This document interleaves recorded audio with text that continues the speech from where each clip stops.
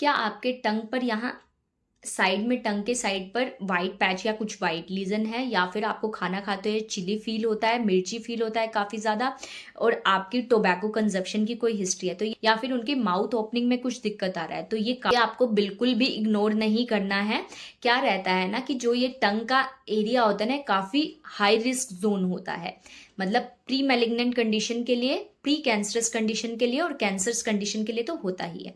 क्या रहता है इसमें, हम पेशेंट की सबसे पहले हिस्ट्री लेते हैं, क्या कि हिस्ट्री ऑफ टोबैको कंजप्शन कितना है, white lesion lateral border of tongue पे है, दोनों तरफ है, बायलेटरल है, या फिर माउथ ओपनिंग कम हो रहा है या नहीं हो रहा है, और बर्निंग सेंसेशन है कुछ भी स्पाइसी फूड लेते हुए। तो इन सब हिस्ट्री के बिहाफ पे हम क्या क्या डिफरेंशियल डायग्नोसिस कर सकते हैं पेशेंट का, क्या रहता है इसमें। जो फर्स्ट रहता है that is oral leukoplakia, second one is oral lichen planus, third one जो रहता है oral submucous fibrosis, fourth one is oral carcinoma. क्या रहता है ये इसके काइंड ऑफ डिफरेंशियल डायग्नोसिस होता है। बाकी जो होता है मेनली वो बायोप्सी पर डिपेंड करता है कि कैसा टिश्यू है क्या नहीं है। तो इसमें हम शॉर्ट में ब्रीफ में डिस्कस करेंगे अभी ये चारों। इसके अलावा नेक्स्ट सैटरडे जो रहेगा उसमें हम ओरल ल्यूकोप्लेकिया पे पूरा वीडियो डिस्कस करेंगे आपसे। तो फर्स्ट ऑफ ऑल हम डिस्कस करते हैं ओरल ल्यूकोप्लेकिया कि इसके डिफरेंशियल डायग्नोसिस में क्या क्या रहता है। सबसे पहला रहता है कि अगर पेशेंट को टोबैको की हिस्ट्री है, वाइट पैच है और वो नॉन स्क्रैपेबल है, मतलब आप उसको हटाने की कोशिश करो बट वो हट भी नहीं रहा है। और हाई रिस्क साइट कौन सी होती है इसमें, टंग के बॉर्डर होते हैं, फ्लोर ऑफ माउथ होता है। और इसमें सबसे इंपॉर्टेंट बात क्या होती है ना कि ल्यूकोप्लेकिया एक पोटेंशियली मैलिग्नेंट डिसऑर्डर है, मतलब ये कैंसर में आगे जाकर कन्वर्ट हो सकता है। जो हर ल्यूकोप्लेकिया होता है वो कैंसर नहीं होता है, लेकिन इग्नोर बिल्कुल भी नहीं करना है आपको।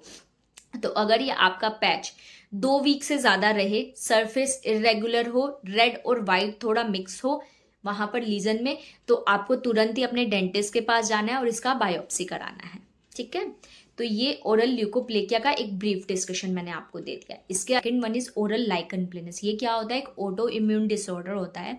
इसमें क्या रहता है, ये यूजुअली बाइलेटरल रहता है, मतलब दोनों साइड पर होगा टंग के। आपको वाइट लेस लाइक लाइंस होंगे जिसको हम विकम स्ट्राई बोलते हैं, वो होता है ये। बाकी मैं इनका डिटेल वीडियो आपके साथ बाद में शेयर करूंगी। और इसमें बर्निंग सेंसेशन, मतलब जो चिली फील होता है वो काफ़ी ज़्यादा होता है, और जो इसका कैंसर में कन्वर्ट होने का रिस्क होता है वो काफ़ी ज़्यादा कम होता है। लेकिन आपको रेगुलरली अपने डेंटिस्ट के पास जाकर ज़रूर चेक कराना है इसे। ठीक है, थर्ड वन जो रहेगा that is oral submucous fibrosis. इसमें क्या होता है कि अगर पेशेंट की गुटखा या सुपारी खाने की कोई हैबिट है तो ये उसका मेन कंसर्न रहता है। तो इसमें क्या सिम्टम्स रहते हैं सबसे ज़्यादा, कि स्पाइसी फूड पे बर्निंग सेंसेशन होगा आपको। इसमें सबसे ज़्यादा डिफरेंशियल जो पॉइंट होता है दैट इज माउथ ओपनिंग काफ़ी कम हो जाती है। अगर माउथ ओपनिंग कम हो गई है, मुंह उसका खुद को काफ़ी ज़्यादा स्टिफ फील हो रहा है, तो ये कंडीशन इरिवर्सिबल होती है और इसका कैंसर में मतलब कन्वर्ट होने का रिस्क भी काफ़ी होता है। तो ये आपको बिल्कुल भी इग्नोर नहीं करना है। अगर आपको बर्निंग सेंसेशन फील हो रही है, टोबैको की हिस्ट्री है, वाइट पैचेस आपको कहीं दिख रहे हैं और आपका जो मुंह है वो काफ़ी कम खुलने लगा है, तो ये उसकी तरफ डायग्नोसिस की तरफ जाता है। फोर्थ वन जो रहता है वो सबसे ज़्यादा सीरियस होता है, that is oral squamous cell carcinoma. इसमें क्या होता है कि हर वाइट पैच जो होता है वो कैंसर बिल्कुल नहीं होता है। एक तो आपको घबराने की बिल्कुल भी जरूरत नहीं है, हर वाइट पैच कैंसर नहीं होता है। हाँ, कैंसर से पहले वाली कंडीशन होती है, अगर आप इसको उसी टाइम पर रोक देंगे तो कभी आगे कैंसर में कन्वर्ट नहीं होगा। लेकिन हर सस्पिशियस पैच को इवेल्युएट करना काफ़ी ज़्यादा इंपॉर्टेंट होता है। अब इसमें जो रहेंगे ओरल स्क्वेमस सेल कार्सिनोमा में कुछ इंड्यूरेशन होगा, अल्सरेशन होगा, वहां पर ब्लीडिंग होता है आपको वहां से कॉन्टिन्यूस। इसमें क्या रहेगा, एनलार्ज लिम्फ नोड्स रहेंगे, मतलब यहाँ आपके लिम्फ नोड्स काफ़ी ज़्यादा स्वॉलन होंगे। अनएक्सप्लेन्ड वेट लॉस हो रहा है आपको। तो एज एन डेंटिस्ट हम इसको कैसे इवेल्युएट करते हैं, इसमें क्या होता है, हम पेशेंट का डिटेल्ड हिस्ट्री लेते हैं, ड्यूरेशन पूछते हैं कि कितने टाइम से हो रहा है, स्क्रैपेबल है या नहीं है, क्योंकि अगर स्क्रैपेबल नहीं है तो ये ओरल ल्यूकोप्लेकिया की तरफ जाता है। और इंड्यूरेशन होता है उसको पैल्पेट करते हैं, लिम्फ नोड को चेक करते हैं, हैबिट सजेशन काउंसलिंग करते हैं, मतलब हैबिट को रोकने की कोशिश करते हैं उनकी।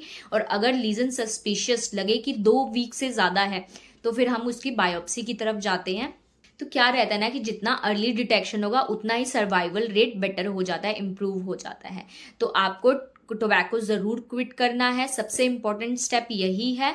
और अगर आपको माउथ में कहीं भी वाइट पैच दिखे, रेड पैच दिखे, नॉन हीलिंग अल्सर दिखे, बर्निंग सेंसेशन दिखे, तो खुद से मेडिसिन नहीं लेना है, आपको डेंटिस्ट के पास जाना है। गूगल डायग्नोसिस बिल्कुल भी नहीं करना है, आपको अपने डेंटिस्ट पास जाना है और उसको जाकर अच्छे से दिखाना है उन्हें।